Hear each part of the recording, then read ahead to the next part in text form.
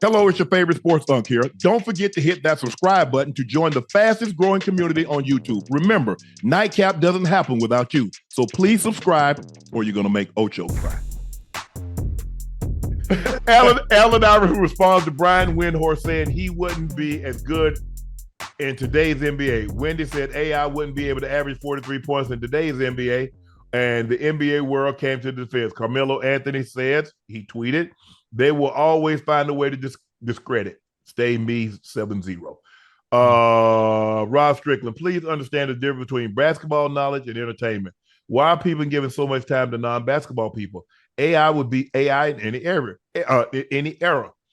Would he take as many shots? Maybe, maybe not. But we also have to look at his skill set and obviously what kind of impact he would have in today's game. Rip Hamilton said, this has to be a joke. Please stop the buffoonery.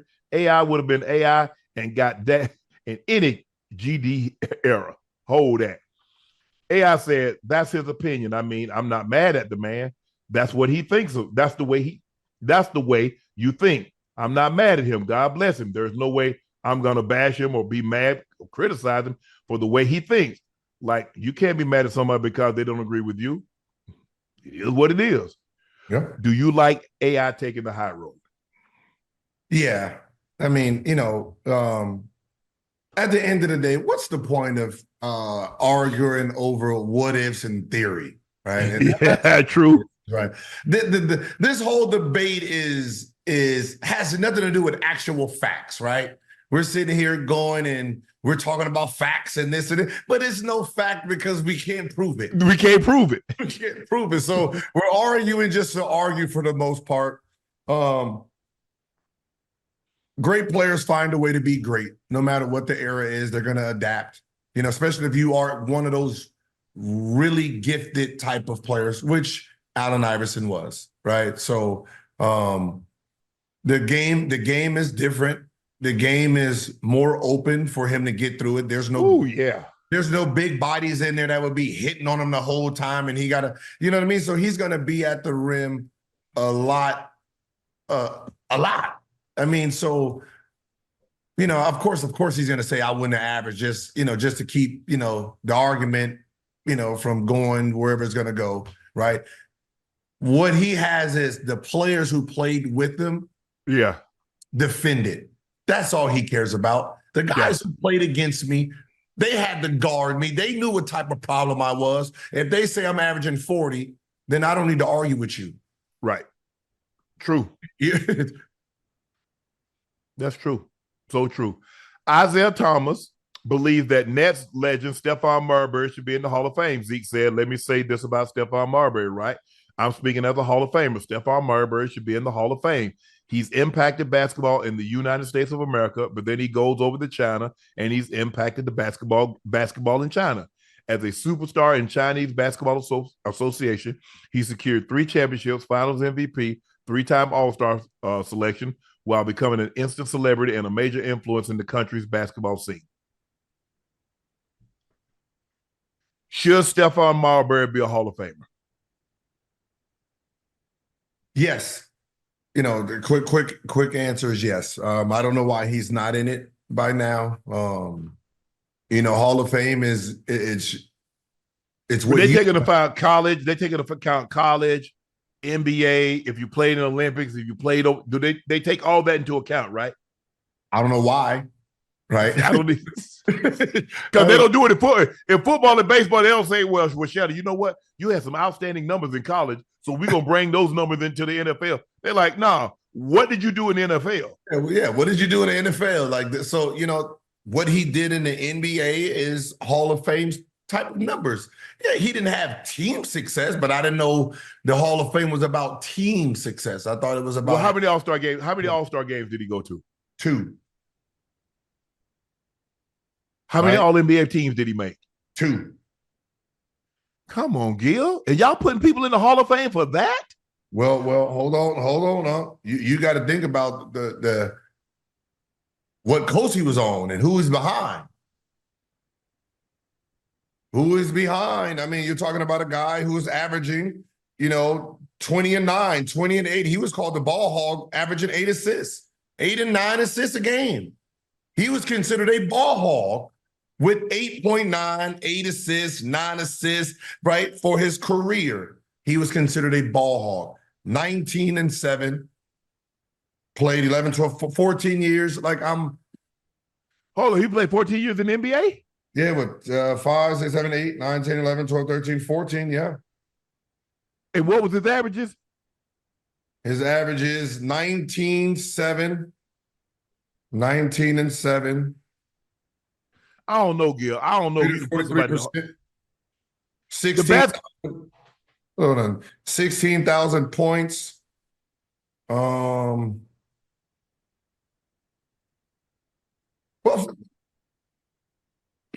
hold on. Let me see somebody because I'm. Hold on. With two All-Star, two All-NBA, do you think he should go in the Pro Basketball Hall of Fame? They got people who got 5,000 points, 5,000 rebounds in the top 75, and we just want to throw that out there. Well, yeah, I'm talking about, okay, the guy played in the 60s.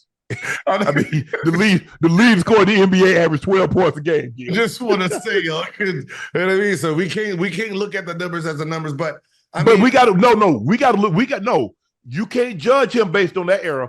Put him in the era in which he played. Mm-hmm. Based on the era in which he played.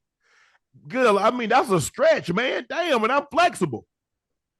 I mean, 16,000 points. 16,000 points, 2 All-Stars, 2 All-NBAs, right? I can see why it's going to take a little bit longer, but you got to remember, what are the players saying?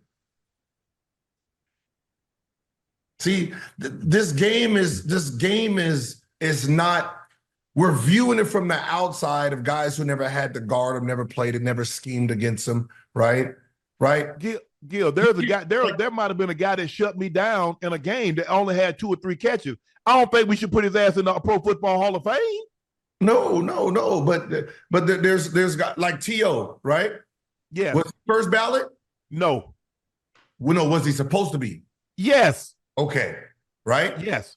So 100% of every football player agree he's first ballot.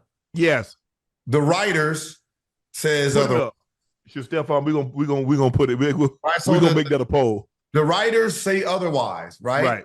You see how there's just this big gap between the people who played against him, the people who watched him knowing his preparation.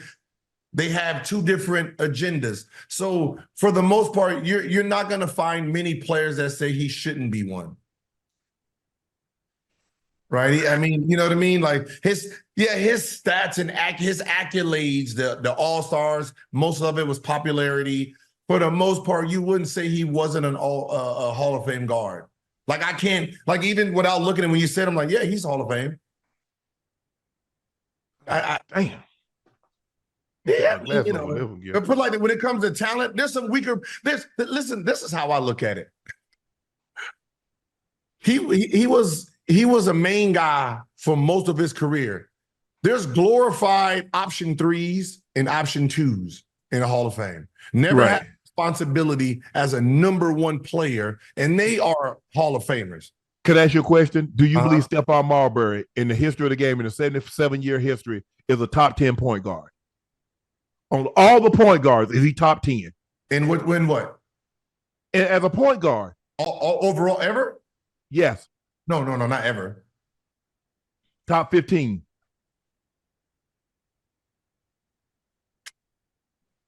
Okay, we're going to move on. We already answered. Thank you. I appreciate that. I appreciate that, Gil. Thanks for clarifying that for me. Udonis Haslem clarified this. There's guys who's top 25 in the All Hall of Fame, though. We gonna put this. We put it up. We're gonna find out. All right. Udonis Haslem clarifies his comment about Chris Bosh being the most important player of the Big Heat. Instead of walking back his comments, he doubled down and then explained why the fans didn't really understand what he was trying to say. LeBron was the best player on the team, the best player on the planet. The most important on our team was Chris Bosh because of the matchups he created. A lot of times when Bron and D Wade needed to get into the paint, they were attacking the paint. Now, when you have a guy like Chris Bosh to space the floor, he gets 5 man away from the basket. It just allows Bron and Wade to be the very best version. That makes sense. Yes. Right? I don't think people sometimes understand how to separate important for the whole team and the best player ever. There is a difference. If you take if you take Bosh off the court and you put a traditional power forward or whatever there, Yeah. it will make it harder for Dwayne Wade and LeBron James Correct. to drive the lane and be who they're going to be, right? So if someone said Kevin Love was very, very important to those Cavs championships, we will understand, because he can shoot the ball, he can post up, he can keep the full spread for Kyrie and LeBron to get inside that lane. That's what he's saying. He's not saying he was better than LeBron. There's not even close. But for everybody else to eat, besides LeBron James, we needed him because he spread the floor open for us to get in there, for me to post up, for me to do all these other things. Right? It's a team thing. Yes. Yeah, I understand what I mean. Like Bosh was a guy that could shoot the three. Obviously, he had to guard the five. He had to deal with Roy Hibbert, but what he was able to do, that if Roy didn't bring his 7-foot ass out that paint, Chris Bosh was gonna make the mid-range shot, and he could hit the three. And you needed Bosh because Danny Green body got that shot off. Not a whole lot of guys could have got to that shot like CB did. So I just wish those blood clots, man. I would have loved to see what his career could have actually been had it not been cut short. Yeah. We always like that. That's the only thing I wish for athletes, man, that everyone gets to live out their career so we can see who was really the best ever. But for the most part, that's not how, life works. And, the fortunate ones that are meant to be at the top are there. Right.